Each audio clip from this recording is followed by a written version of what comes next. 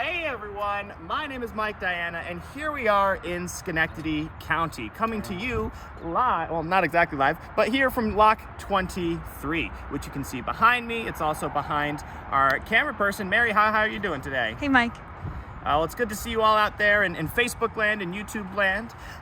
We've been loving this series of short little videos that we've been doing. It seems like you guys have been loving it too. And again, if you love it and you want us to keep making more of these, just let us know in the comments. Like the video, share the video, check out our YouTube page where these are all hosted as well. Give it a like and then maybe a subscribe there if you want to. That's what really supports the series. But we've gotten a great response so far. We just want to keep that going into the future.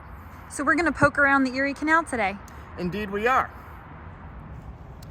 So this beautiful yellow building behind me, this would be the lock keeper's cabin. And of course the lock keeper was the guy responsible for making all of this work. He had a lot of things to do, by the way. He would be part traffic control. He'd be part engineer and water control. These folks had a lot on their plate.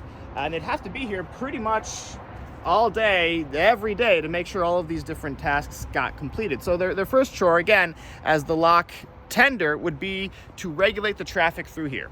They would be responsible for filling up the lock, for letting it go down, basically allowing the boats to pass through the lock as they needed. But beyond that, they also had to make sure that their portion of the canal was actually full of water, because naturally the canal will drain. It's all powered by gravity, so the water will drain out.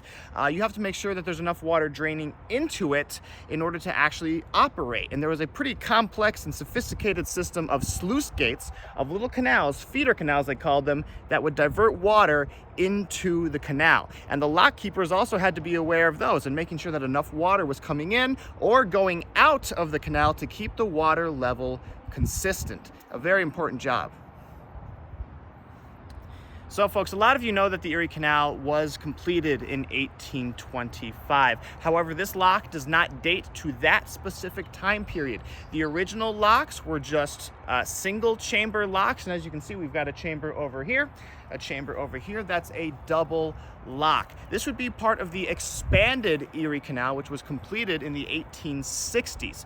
Again, as soon as the canal opened, it was so popular that New York State realized that it would have to expand upon the already massive infrastructure project that they had built. And that is this generation of lock that you see right here. So this isn't from 1825? Not from 1825. The technology is more or less the same. However, it's just a larger, more capable canal that they had to build by 1860. So folks, it's a pretty quiet place now. Again, you're not really going to see too many people here apart from history nerds like us and maybe a few angsty teenagers coming through here. Hey, I'm not a nerd. Well, you are pretty angsty, so there you go.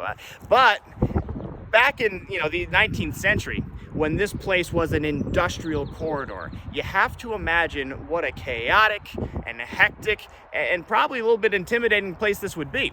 Because again, you got all of these canal boats that want to get through these locks. And these canal boats are crewed by canal folk, right? These kind of salty sailor type folks who really want to get their cargo where it's going as quickly as possible. And if they have to cut in front of someone else's canal boat to do that, and if they can get away with it, they just might.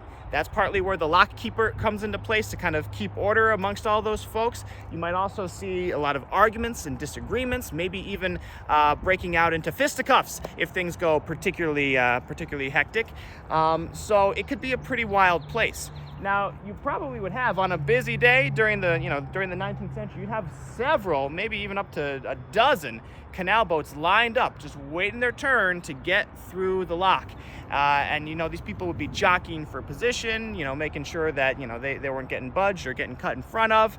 And you could imagine the kind of language that would be on display. And the wild thing is, it's not just these salty dudes crewing these boats.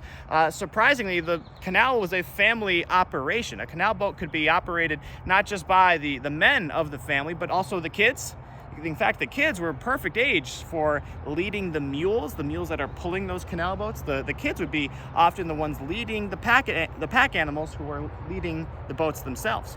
But also the ladies would be on board. They'd be on board the ship. I guess those men never learned to cook. It wasn't masculine enough for them, and they didn't have DoorDash. So the ladies would be on board those ships preparing meals for the crew and for everyone on board. If it was a cargo ship, if it was a passenger ship, they want to be fed as well. So you got to imagine all different types of people, different ages, different stripes, all different folks coming through here, through this Erie Canal.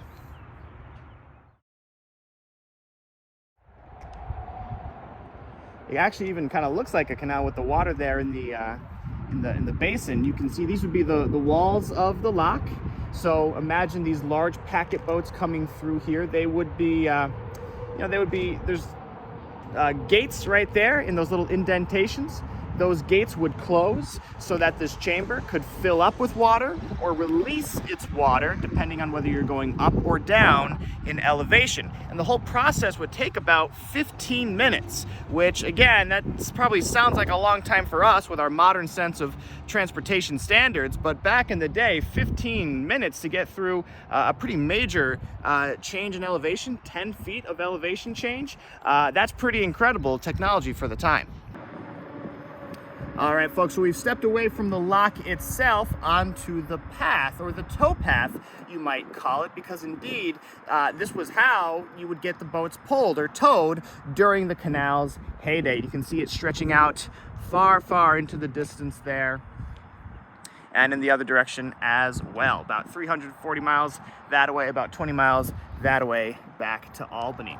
So you can imagine the draft animals kind of plodding along the path here, led by their guides, right? Perhaps a young child leading a horse or a mule, who in turn would be pulling the pack boats or the passenger boats along the Erie Canal at a leisurely pace of about 3-ish miles an hour. You'd actually get a speeding ticket, a speeding fine, if you went any faster than 4 miles an hour. So be careful there out there with your speed.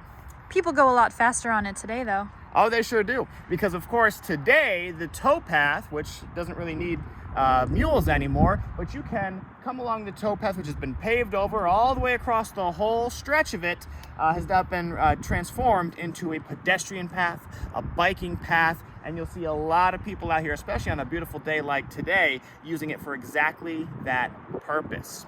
It's really great to see this kind of historic corridor being repurposed for new audiences. And maybe it's not quite as busy as this lock would have been circa, 1860, whatever. However, it's still a great and popular attraction. It's one of the things that I think makes New York State such a cool place to explore, are just these quiet little corridors running along the way. And with that, I think we haven't covered everything, certainly haven't covered everything, but we've covered a lot. And we're gonna sign off here. Again, remember, if you like the series, remember to let us know by just liking and sharing. Commenting is always fun. We like to read your comments. But I've been Mike, and we've got... You ready to go get our bikes? Yeah, let's go get our bikes. See you later.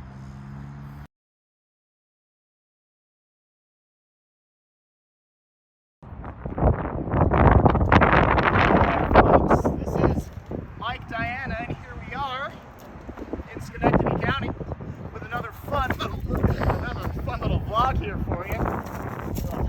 All right, not getting that shot again, so hopefully we got it in that take.